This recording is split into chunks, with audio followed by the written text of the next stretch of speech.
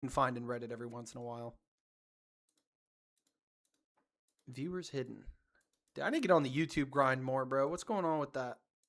You know what I'm saying? Let's get on the YouTube grind, bro.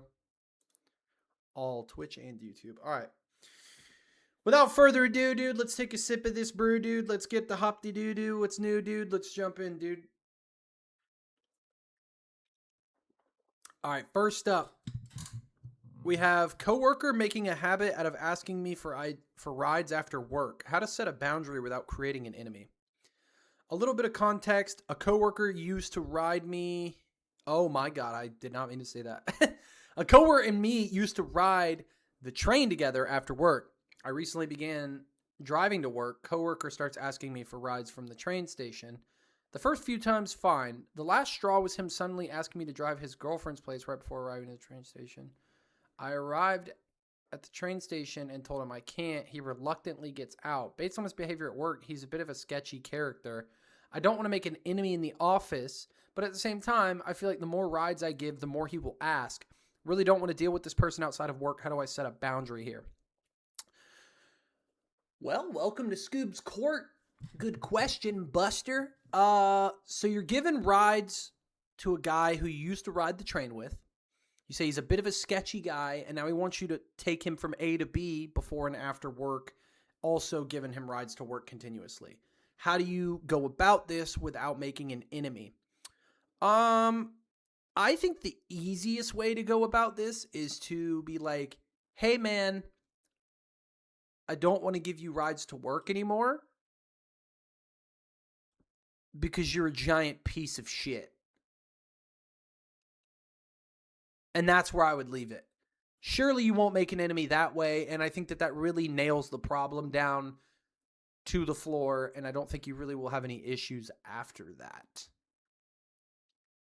All right, next up we have people won't treat you better if you're more understanding. Most people don't treat people who are more understanding better, in the sense that if you have a friend that often does things that bother you and you just accept it, they'll think that you're fine with it and don't have personal standards. Such as always having a friend that cancels plans whenever they feel like it and you just accepting that. They will never stop. They will not think about wasting your time because they think you're more accepting. I don't know if people treat you worse because you're a more understanding person. I think there's a fine line between being somebody who's stepped on and somebody who's understanding. Because in my eyes, I'm a pretty understanding person when it comes to social issues. If somebody's having a hard time at work or they're having a hard time at home or this, that, and the other, and they want to talk to me about it, I'm pretty understanding. Or if they have an issue with me or the way I'm doing something, I'm pretty understanding. I don't think that being understanding, though, in my eyes, that means understanding means seeing somebody else's viewpoint and taking it into consideration, if not agreeing.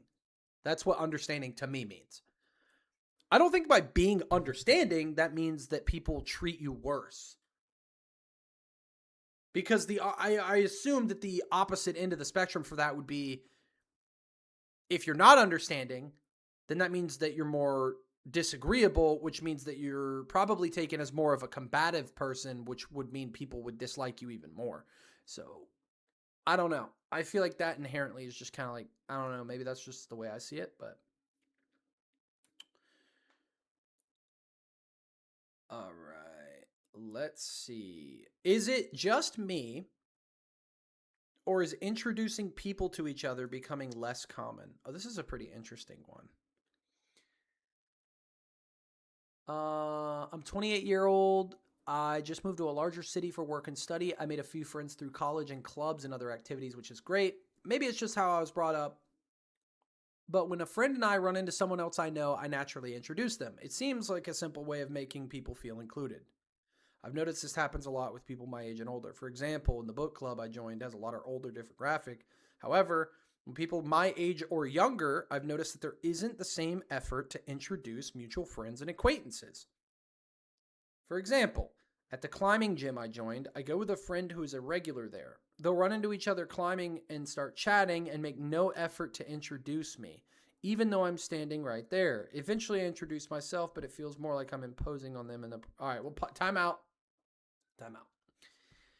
If you go to a place that somebody else is a regular to, whether it be the gym, the climbing gym, jujitsu, a club, whatever that they frequent, and they're bringing you as a first timer, and they don't introduce you, it is kind of messed up. However, I also disagree with the fact that you feel like you're intruding on them and their conversations and shit by introducing yourself. Because I think it's like, yeah, while like it is a thing you should do, is like introduce yourself and your friends to people. If nobody else introduces you, like it's just a social thing for you to be like, hey, like I'm so-and-so, nice to meet you. Like, don't feel like if nobody introduces you, now you're like a blot on the wall and you have to hide. I feel like that's not really the way that I would take that. I think if I don't think that means that people in general are introducing people less. I think it might just be an oversight from your friend in that specific group that you're going to. But interesting like take, I guess. Oh,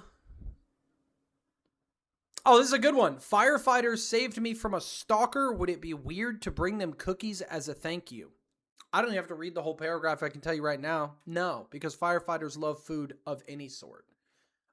So yeah, bring them some food. They'll love it. Bring it to the station. You know what's crazy is I don't think people realize how much firefighters do outside of just fighting fire and like car accidents and shit. There's a lot of like social. The better you are at navigating social issues, the better fireman / first responder that you'll be. For example, yesterday we had a call. There was, and I'm not going to try and sugarcoat it, but I'm also not going to like lay into the guy because I don't know what his life situation is like. But he was inebriated for sure on some substance, whether it be alcohol or drugs or whatever. Walked into a veterinarian clinic because he was drunk. He had whatever he had. It was like 95 degrees outside. He's wearing a black hoodie, a black long john shirt underneath the hoodie, and black sweatpants. He was about to pass out, so he went into the clinic, and they called 911. He said, this guy's about to pass out, whatever. We get there, and at first he was pretty normal, rapidly turns into, oh, this dude's talking about the KKK, and he's talking about sexual assaulting people, and it's very obvious that he's like kind of going off the deep end. He admits to being a schizophrenic and that he's a drug addict and all this other stuff.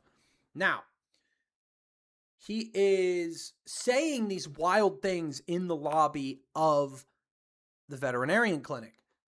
My first instinct is, hey man, look, let's talk a little bit, but can we go outside and sit on the front bench and like, let's move you somewhere where it's like, all right, whatever. And I brought him a couple glasses of water because obviously he was hot. We had him take off his hoodie and stuff to kind of cool him off. But the reason why I say that it's important to have social skills is because you have to be able to mitigate a problem within a problem. Obviously, our first concern was getting vitals and taking care of this guy. Secondary concern was making the environment not as volatile for the workers in the veterinarian clinic. I could very much tell that the things he was saying was bothering the people at the front desk, and they were very uncomfortable because they don't see the kind of things that I see on a day-to-day basis. So in my head, I'm like, all right, take care of this guy. Let's move him outside so that the women and the people in the front aren't like super, because he started talking about some wild shit, I'm not gonna lie. And I was like, all right, we need to like get this guy out of here because like they were very uncomfortable, and I understand why. Also, he had a book bag, and he was digging around in it. I was like, let's put the book down. I was like, let's put the book bag on the floor for a little bit, buddy. I was like, I don't know, what you're looking for in there, but we're going to go ahead and put that on the floor. We don't, like, I don't need you digging around in your knapsack of mysteries while you're talking about all kinds of crazy shit. He kept referring to, because one of the regular cognition questions you ask a patient as a first responder is, do you know where you are? Do you know what time, what date it is? Right? Like you ask them basic questions. And he kept saying we live in plantation times over and over again. And he was laughing about me because I was a white dude and all this shit. And I was just like, all right, listen, buddy, I'm just here to help you. I'm here to check on you. We don't live in plantation times. I don't know what time period you're talking about. It is what it is, dude. Like, I don't know what. So anyway, yeah, it was a wild call. It was a wild call. One of the first of many I had actually yesterday. Okay, what do we have next? How do I set a boundary with my friend so she doesn't get angry when I hang out with another friend? We are all around 23 or 24, and we are a group of 4 that initially was created by our friend Monica. Since the rest of us were all friends with her. We all met in person over a year ago, and since then we've seen each other quite often and we talk in the group chat.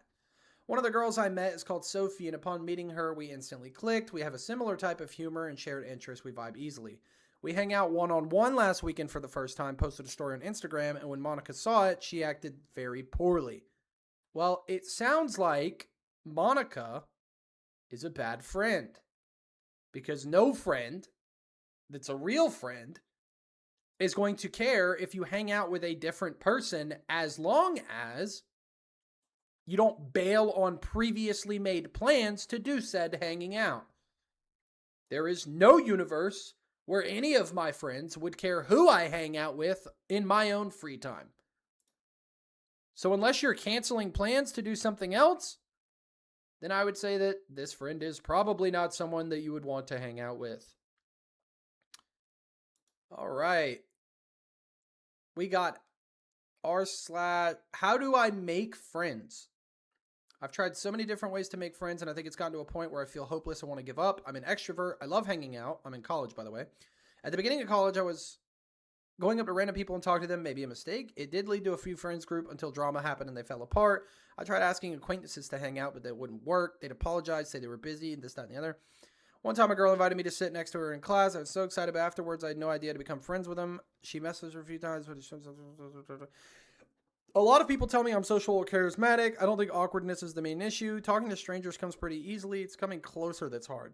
I also think I'm a little socially anxious. Around people I want to befriend, I start over-monitoring myself. I constantly think, are they enjoying this? What do I say next? I've tried stopping the self-monitoring and focus on... After about a year, I stopped initiating so much and tried to let friendships happen naturally. I met a few people who felt close, but they stopped reaching out at first. I realized that I didn't enjoy some of the friendships that much, or I just didn't know how to keep them going. Since my invitations had often been rejected before, I started expecting rejection and stopped asking them to go. Another time, in class, someone in class smiled at me every day and even asked me how I was. I smiled back, but I had no idea what to do next. I wanted to ask to hang out after class, but she'd always leave quickly. The one time a friend group... Wait, hold on. The club wasn't passionate. I just feel so hopeless. I'm trying to make friends for the past few years and hearing it only gets harder as an adult. Blah, blah, blah, blah, blah, blah, blah.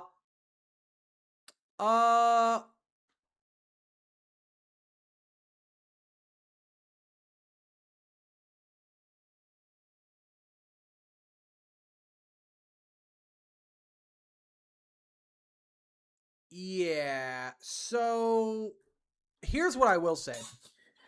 When you put something like making friends on the pedestal that it sounds like you've put it on, and you are actively thinking about how can I make this person my friend and like me while talking to a person, it tells me that you have removed yourself mentally from the situation and you've put yourself in your own head while instead of just authentically becoming social with the person and getting to know them or whatever. It shouldn't be hard to just be in the moment. I think it's the biggest solution is just be in the moment. Because it sounds like you're putting, like, are they enjoying this? Like, do they want to get to know me? Like, you're putting this whole conversation when you meet a new person on a pedestal that it shouldn't even be on. When you're meeting somebody, like, there should be no, like, thoughts deeper than just asking them questions about themselves and getting to know them. If you really want to, like, meet new people and be friends with them. Because if you're, like, trying to, like, analyze and, like, it sounds, like, fucking psychotic. Like, it sounds like you're, like, a serial killer or something. Like, just don't be over-analyzing the conversation. Just have a base-level conversation with somebody. Tell them what you like. See what they like. If you don't like the same shit, you're not going to be friends, most likely. And then you just keep being social and keep trying and finding new people that like the kind of shit you like. It's real simple. I think you're just quite literally overthinking it. Like, you're literally just overthinking it. Making friends is easy. I mean, it's going to sound psychotic for me, but literally the number one way to make friends, I mean, you're going to make friends, but then you got to decide if you like them and want to continue.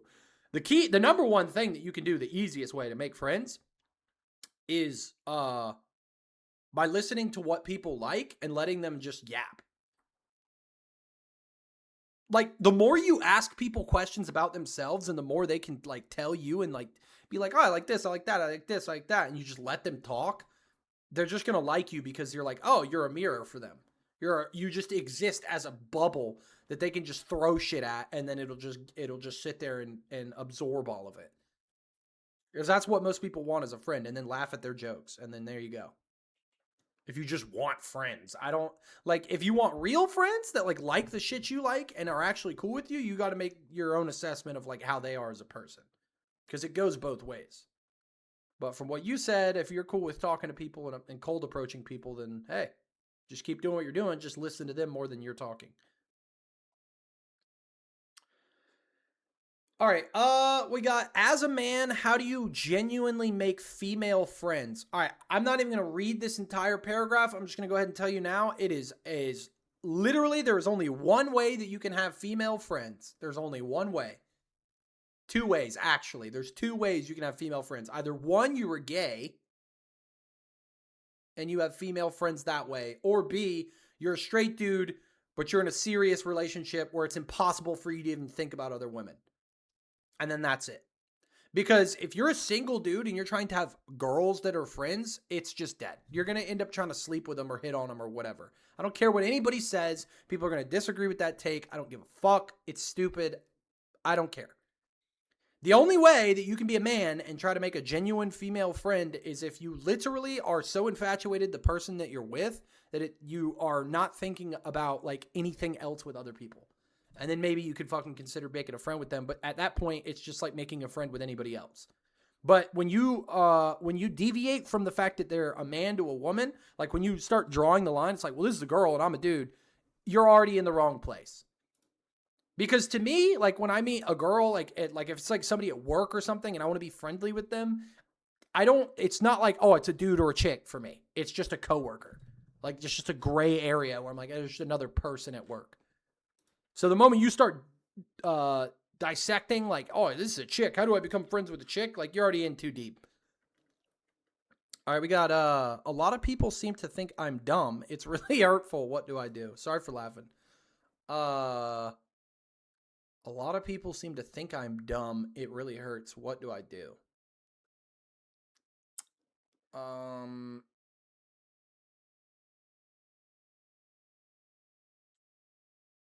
That's kind of a hard, I don't even really know how to approach that, bro. I mean, if people think you're dumb, like it might hurt, but you might just be dumb. I mean, dude, I can understand why that hurts your feelings. Like, cause like no one wants to just get cooked, but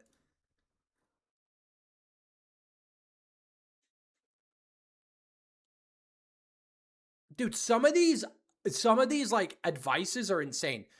I know this might seem basic, but get some glasses that don't have prescription, but people think that glasses equal smart.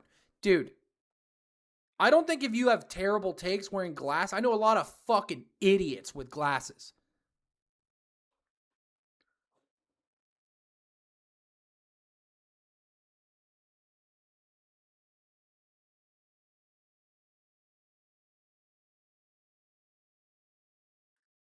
I mean, I have ADHD and a lot of people think I'm dumb, but it doesn't hurt my feelings. I don't give a fuck because I know my level of intelligence. And in most cases, I put myself above other people in my intelligence. So, but I'm also a little bit egotistical. So, like, it doesn't, you know what I'm saying? I gotta find some ones that I can relate to because some of these answers are trash.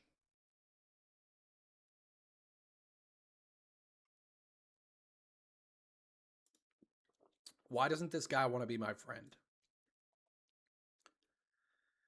For a little bit of context, there's this guy that I find really cool. We have lots of things in common, so I wanted to become friends. I tried texting him multiple times, not in a weird or exaggerated way, and he's just really cold or seems uninterested. We had nice conversations, but never text first or really seems to care. It just feels so awkward and impossible to become friends. But now I give up and I want to respect the fact that he doesn't want to be my friend. And I saw lately that he's been making friends with anyone but me. I don't want to force him to be friends, but I'm just trying to understand what I did wrong. If anyone knows how I can help, please. Also, don't tell me he doesn't just want to be my friend. I know. I'm not texting him anymore. I'm just trying to understand what I did wrong. Well, you can't understand what you did wrong because you gave no context here. You just said, there's a guy that I want to be friends. I've texted him, not in a weird way, and now he just doesn't want to talk to me. There's no context there. It's impossible for people to figure out. Yeah, like, all right, so this guy said, are you a woman by chance? That would change the context quite a bit. She said, yes. I thought it wouldn't matter as he has other friends that are girls, but I guess it could.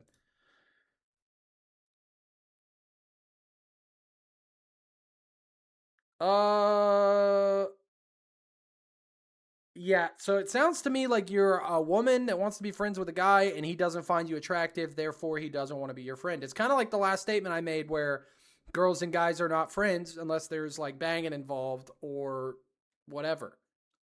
There can't be any sexual anything involved. If there is, it's dead.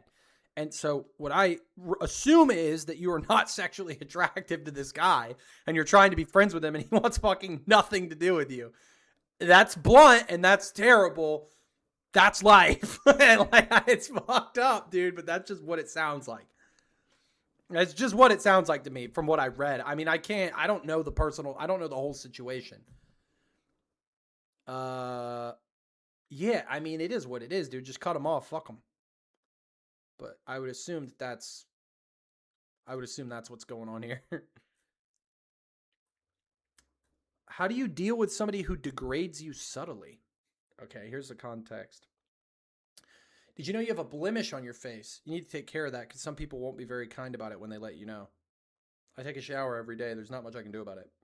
That doesn't mean you wash your face every day. You do need to wash your face every day. By the way, I figured I should tell you because it doesn't seem like anybody said anything to you before. I mean, that would just be I'd be like, why do you give a fuck what I have going on in my face? Shut your dumb ass up. That's how I would deal with it, whether it's a friend or a random person. So maybe I'm just not like, you know what I mean? Here, I bought you some new clothes. You should like them. They're old XSL fat woman clothes. Me, okay. Okay. This isn't, yo, whoever this person is, I don't know if this is like a family member or a coworker or a friend, but they are toeing the line of getting bitch slapped is what they're doing. So I don't know who the fuck that is, but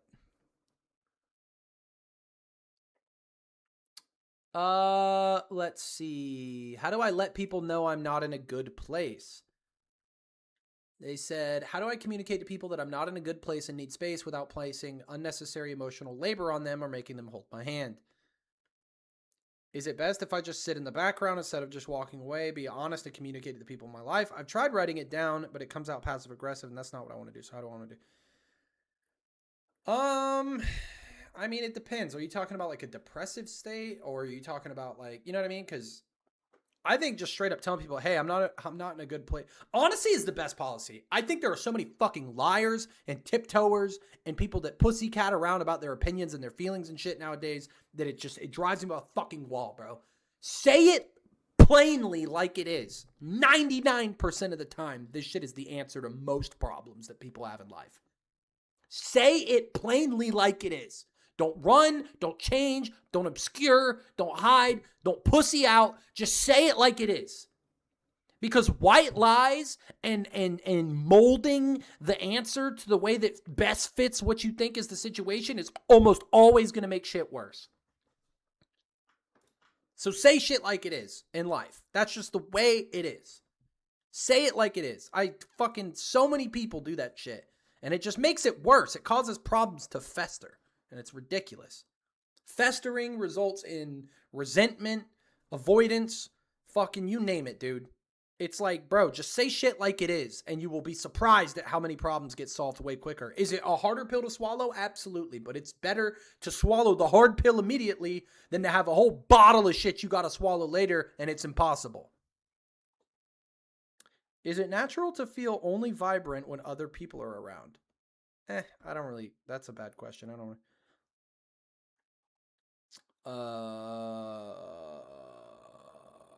Let me read some more of these. If you were someone else, would you befriend yourself? Hell yeah, dude. I think I'm dope as fuck. Where can I take my cousin to help him practice developing his social skills? Uh, dude, I have this weird theory that social skills are something that you can develop absolutely by like getting to know people and stuff. But I think that like, I don't know, dude. I think you're like born with it. You're either born with it or you're not. At least to the level that I have. You can absolutely develop your social skills to be at a level where you like fit in. But the level I'm at, dude, I'm like a I don't know where. It's like my childhood, I got picked on and bullied and had no friends for so long that like I either was gonna fucking succumb to it and be a loser or I was gonna overcome the shit. And it just made me a stronger person. Because my craving to actually have friends was so strong that I just became the person that was able to be friends with literally anybody. Is there a point of no return when it comes to social skills?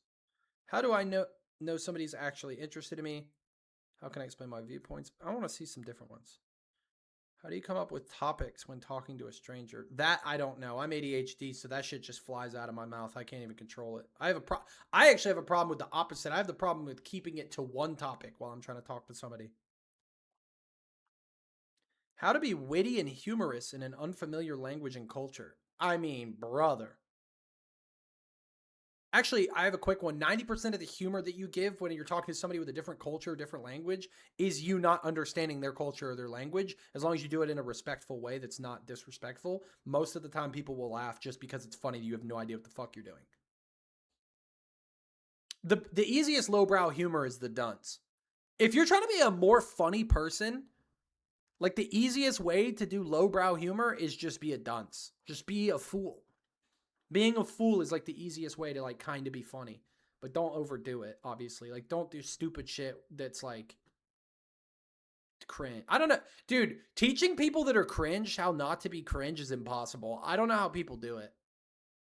Like it's just there's a level of social awareness you either have or you don't have. If you don't have it, you'll be cringe your entire life. Like I don't know why people like are dancing around like you can learn how to not be cringe. No, you can't. If you have to learn how to not be cringe, you're cringe. You'll be cringe your whole life. There's no like the difference is people who are always cringe struggle with not being cringe. But regular people can be cringe. Like I am cringe plenty of times. But I think if you're just always cringe, like I don't think you can learn to not be cringe. I think you're just fucking cooked. You just have to find people who are cool with your ability to be cringe and whatever. Oh, this is the most parasocial thing I've ever read in my life. My friend made a Discord server without me, not sure what to do.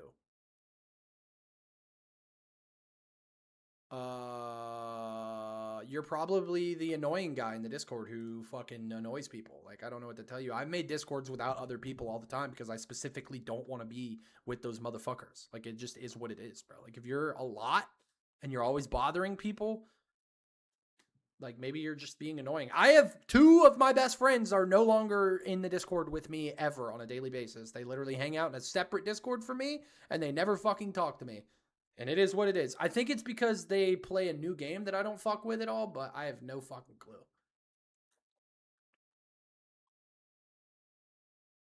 No eye contact. Recently, before a pickleball game, we're already off to a rocky start because the pickleball wave, I don't know where this came from. I don't know why so many people love pickleball. It's out of the left field. I don't like it. I'm unathletic. I can't stand it. I think how hard you have to hit the ball with the paddles feels awkward. I'm not a fan of pickleball. I'll die on that hill. Fuck pickleball. Have you played the game The Finals? I absolutely love The Finals, and I was actually going to play The Finals today before I decided to play Rainbow Six. So maybe we divvy the stream up and we play half of the Finals, half of the Rainbow Six grind. Or we just play the Finals all day tomorrow. But I'm really excited to start playing the Finals again. I kind of want to... Dude, I low-key kind of want to bring the Finals into the spotlight. I want to grind the finals and post a lot of really good clips of it and make YouTube videos about the finals to try and fucking promote the game again and get some more people playing it. Because that game is gas as fuck. And I don't really have another competitive game that like I really fuck with right now. But we'll see how Siege goes. You said Siege may be a lost cause. I stopped. Yeah, I think Siege probably is a lost cause because it is just so like stinky. But you never know, dude. I might turn up. But I've also like never played the game. So like I'm probably just going to be terrible. You said ranked is fucked. Well, when we're done with the Yap session, we're going to play some Siege. And if it is fucked, we will just jump on the finals and say fuck it.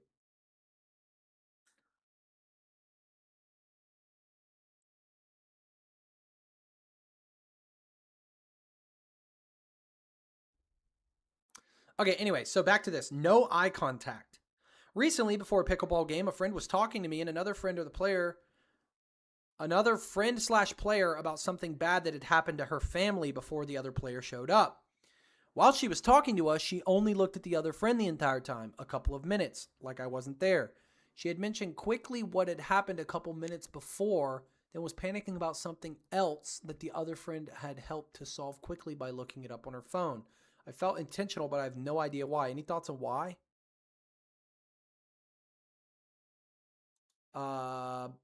This is like the most parasocial fucking thing I've ever heard. I don't know. Maybe because they were leaning on their friend to help them figure out the situation. Every time somebody has a fucking terrible thing happen to them, it doesn't mean that they need to make eye contact with everybody they're talking to. Maybe they're fucking trying to figure it out. I don't even look at people when I'm thinking really hard. I look at the ground or I look at the wall or something else.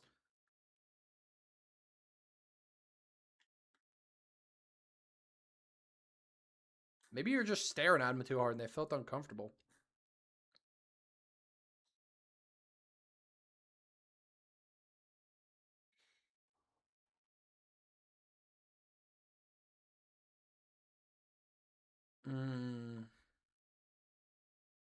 How to handle invasive questions. I went to a social event yesterday and this person I was talking to, after I said where I lived, asked the following. Do you own it or are you renting? As someone in my late 30s and him in his mid 40s, I was taken aback by the directness of this question, and I answered and told him, I bought it in case I didn't know what else to say. He continues, must have been pricey, was it? Hinting at the price. I said, okay, yeah, but so how many rooms? What's the size of it? And again, I felt a knot in my stomach. A complete stranger asking me all this stuff. All right, well, time out. You allowed this to happen, so like you can't get weirded out by the fact that you allowed the conversation to go in a direction. People don't understand that when it's a one-on-one conversation, you have control over where the conversation goes by your decisions and what you say to people. When people are like, well, I felt pressure to say this, right? Dude, you fucking have control of yourself. They don't have control of you. If you're in a conversation and somebody goes, are you renting or do you own the place? It's your fucking decision whether you say what you are or not. You could go, none of your fucking business, homeboy. And then that's it. Mooch. Mwah. Look at my girl. Come here. Give him a little, look at this. No. What you got on? Come here. Show him what you got. Oh, look at him. Get out of here now. Shoo, shoo. Love you. Love you. Have a good time.